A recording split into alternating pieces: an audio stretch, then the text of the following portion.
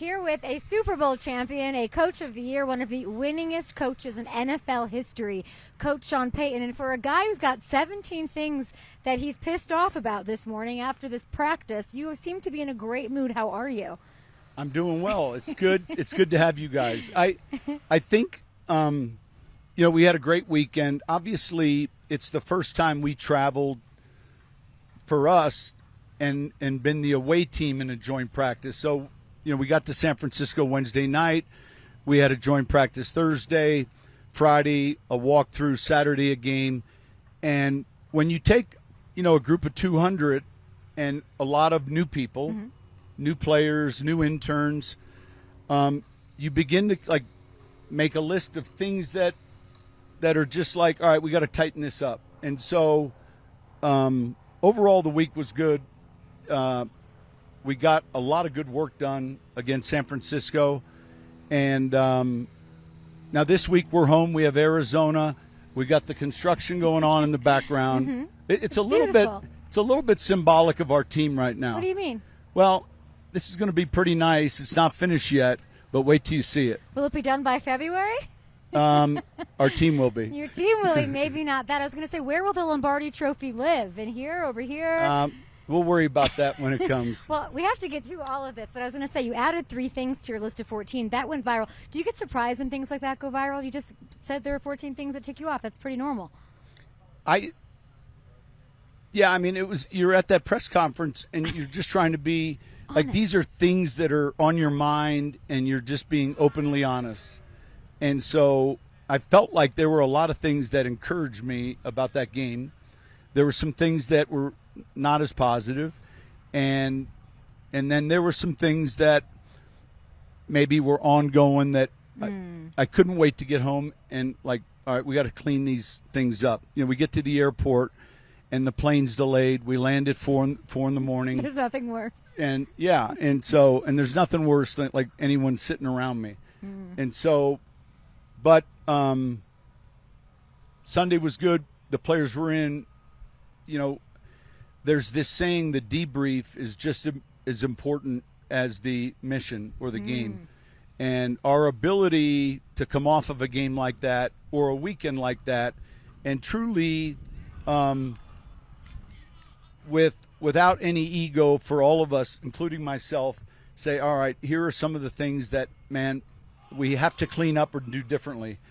And everyone has got to be a willing participant in that. And it's those teams that can improve quicker in what is really a short season that end up having the most success. If we were playing Family Feud and Steve Harvey were here, I would guess that slow starts would be close to the top of that list of 17. However, I got here today, no slow starts. Shot out of a cannon to start practice. I know that's a huge, huge emphasis. I have a question for you.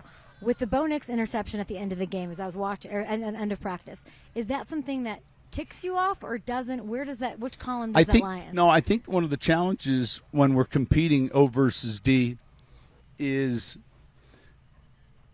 part of me has to take the offensive coordinator's hat off and look at.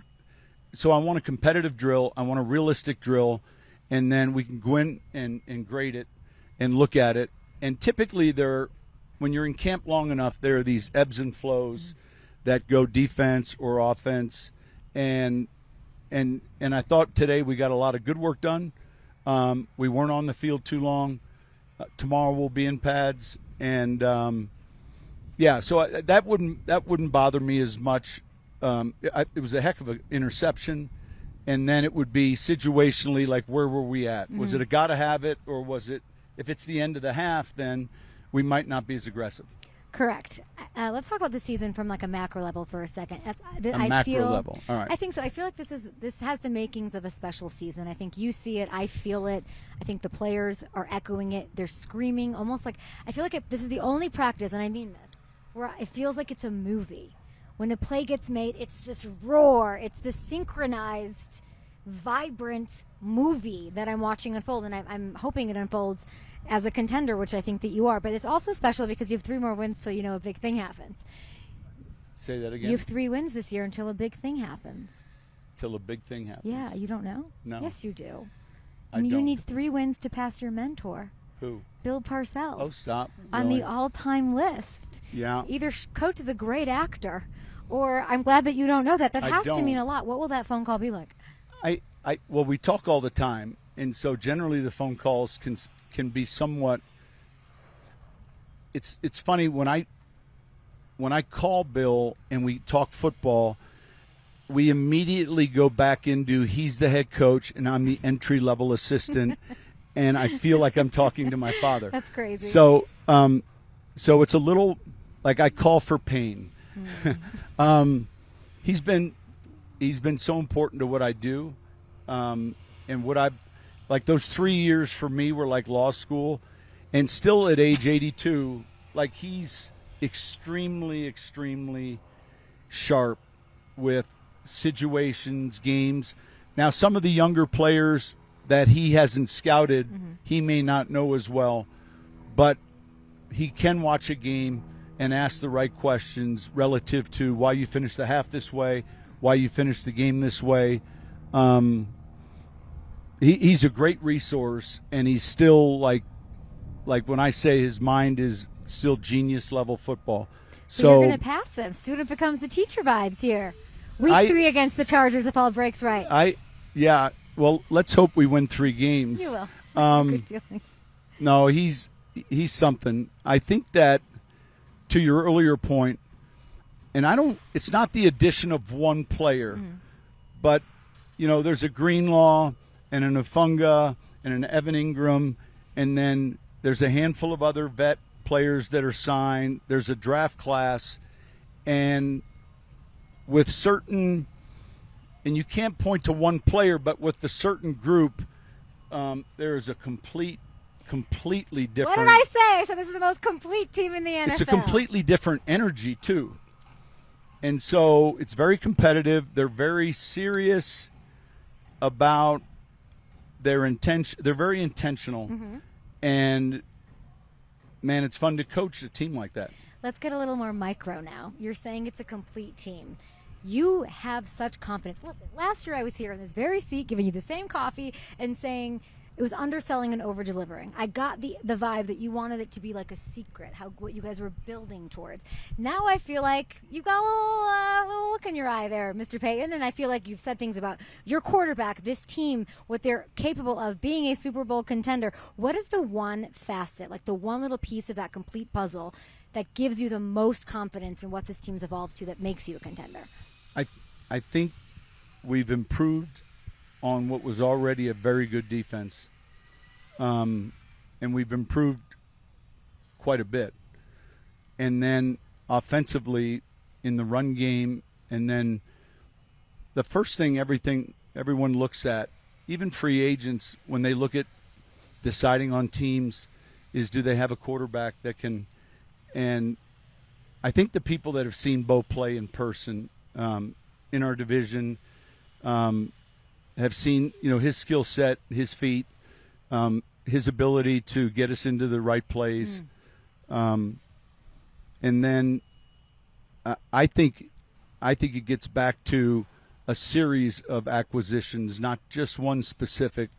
And you have to be comfortable, like the first meeting with our team in the off-season program, and we're not into phase 1, 2, and 3. Like we'll spend 6 weeks in phase 1 where they're just over here lifting and running. And then when it comes time for the OTAs, we'll move into phase 3. But that first team meeting was, hey, I don't want to be uncomfortable or phased at all by discussing what it's like to play in the Super Bowl, what it's like to win a division. And make no mistake, and with all due respect, what Kansas City's been able to accomplish has been remarkable. So there's a tremendous amount of respect there for their run. And so I've always in this league thought of the 3 goals is win your division, best seeding possible, win a Super Bowl. Those are your 3 phases. And I just think that, yeah, on a near, like, and then I would say for us, like, more specifically is starting fast this year. We didn't back 2 years ago. A year ago we started 0-2 and then bounced back. but us starting fast at home and not putting ourselves in a hole where maybe week 16 could be played for something differently than it should be because of your start. But I imagine you're more settled now. You're talking about these slower starts, like you were a new coach. You were acclimating. Now it's, in my opinion, it's go Let's time. go. Let's go time. Let's You're go. mentioning, Bo, I was reading this morning an excerpt from Seth Wickersham's quarterback book. Yeah. It talked about you getting ready. You have your Denny's menu thing of plays, and then you had like Bo's faves, and you were trying to sort of match them up and incorporate it. Can you just tell me quick, like, why is that important to you to do? Well, I think that It's very cool. yeah, and here's the deal. We're teachers, and so how we taught in 06 was entirely different. I mean, we still took the strengths of, let's say, the year we signed Drew, he came in as a free agent. It was our first year. We hadn't put the offensive playbook together, and so when we signed him, we looked at a lot of the terminology that he knew and was comfortable with, and because we hadn't started yet, we built around that. Right. And so I think part of it is just good teaching. You know, what are the things that he's really comfortable at? Last year we asked all three quarterbacks, you know, I said, I want your top pass play regardless of down and distance. And then I want to evaluate all three of them at the end of the season. I love that. And so the same thing again this year. And they've had a lot more time on task in shotgun. They've had a lot more time on task in maybe hurry up or at the line, one play call, one word that means a play. And so it's evolving as a teacher a little bit. How much say does Bo have in the playbook? Well, it's he's got say in how we put it together, but we put it together in a way where instead of calling 22 flanker drive halfback burst, you know, of course, naturally, we might just call it Uber.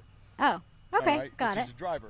Oh, And so then being able to get to the line of scrimmage and use one word, these players are operating and thinking differently and more spontaneously.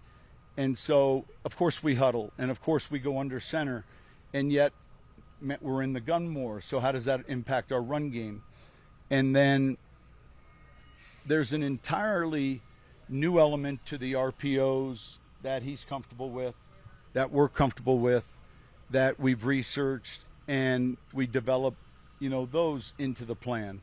So like our playbook, you know, 6, 7, 8, 9, 10, 11 back in New Orleans is entirely different than our playbook in 24, 25, and 26. People have changed. So, but when you get an Evan Ingram, then you create a role for this player. I'm glad you brought that up, Coach. We saw each other last in February. You teased this Joker thing, all these wonderful. The beat for the Broncos, they're taking their wagons away. They're freaking out over the Joker. Who's the Joker? You're looking for your Joker. Is Evan Ingram your Joker? Who's your Joker? Will you finally tell me? He's a Joker. Is he the Joker of the team? So, what is a Joker? You tell me. I'm going to tell you. Okay. It's a running back or a tight end that has elite, rare receiving skills. So Travis Kelce's a Joker, Kittle's a Joker, GQ star, Travis Sproles, Gibbs, Hawkins. So RJ Harvey. Yeah, potential. He doesn't have his Joker wings Fifth yet. on He the doesn't have. depth chart. He doesn't You're have. making him work for it. What is that? Yeah, he doesn't have his wings yet. Okay. He'll get them. So is it Ingram? Ingram's a Joker. He's a Joker. Yeah. Who's the Joker of your defense? Does it line with Schmidday Schmerin? I think Barron's one of those guys that can play a lot of different spots. Riley Moss can play a lot of different spots. And I would say up front, Zach Allen is one of those guys that can travel. But the term is, it's and not even realizing it in those early years, we had Bush and then Shockey and then Sproles and Graham and Kamara, and there were a ton of Jokers. And it's not until you don't have one that you're like, shoot, how important, because it's easy to take a receiver out of a game defensively. For sure. and it's much harder to take an interior player out of a game. So you're operating with multiple jokers all of a sudden? In a perfect world, you'd like to have 2 jokers. One at tight running end. back Okay. and one at tight end. So Harvey, I don't know what you're doing in there that you haven't gotten the okay yet, but I'm hoping that that's what happens here. You know, you mentioned the division, so I want to circle back to that. I was looking at your schedule. I mean, you want to win the West. That's phase 1 for Sean Payton. You won division game in the first 9. 5 over your last 8. Is that on your ticked off list, or do you like that? That's one where I don't waste calories over, like, there's certain things early in my career where, you looked at it. And so scheduling, I look at travel, and then I just, I don't burn any calories on it. I'm excited that Pete joined the Raiders because that made me the youngest coach in the division. But I haven't really paid attention to exactly when we play the division games. Okay, we have the Chargers week 3 and all of that is happening. You mentioned that this team is giving you these contender vibes, right? That you've had 6 other teams before. This is the 7th roster where you're like, they've got it. They have a chance at it. They have a chance at it. Okay, Yeah. got it. They have a chance at it. Which roster comes into your head first when you can compare what this one is? 11 was special. Say 9. Say 9. Well, 9 did it. I think 11 might have been one of the better teams. And then, but 9 did it, Coach. yeah, Say it. 9 did it. 6 was tough. Does it remind you of 9 at all? Yeah, there's some similarities because here's what happened in 9.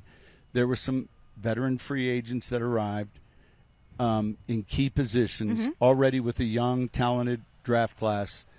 And it wasn't just the young veteran additions. It was like the juju they brought, the leadership. Like when you're around Ufunga and Greenlaw, like I still don't believe you have them. Like when I saw them, I'm like, I can't believe preseason game. I'm like, how did you get them? It's so insane to think about. That they bring something very intentional, and it's very serious, and it's very and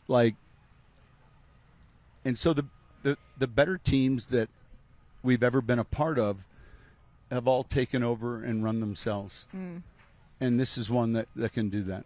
Okay, you decide where you want that Lombardi. When all is said and done, I just love that. I feel like you're not giving me like the glare when I'm saying you're a contender. You're not. I'm comfortable it's with okay. that. You're comfortable with it. Let's go. 3 wins away from passing Parcells, a Super Bowl contender as a floor, in my opinion. Number 1 defense for sure, and I'm going to say top 5 offense. You were top 10 last year. Let's Thank go. you. You're welcome. Bye.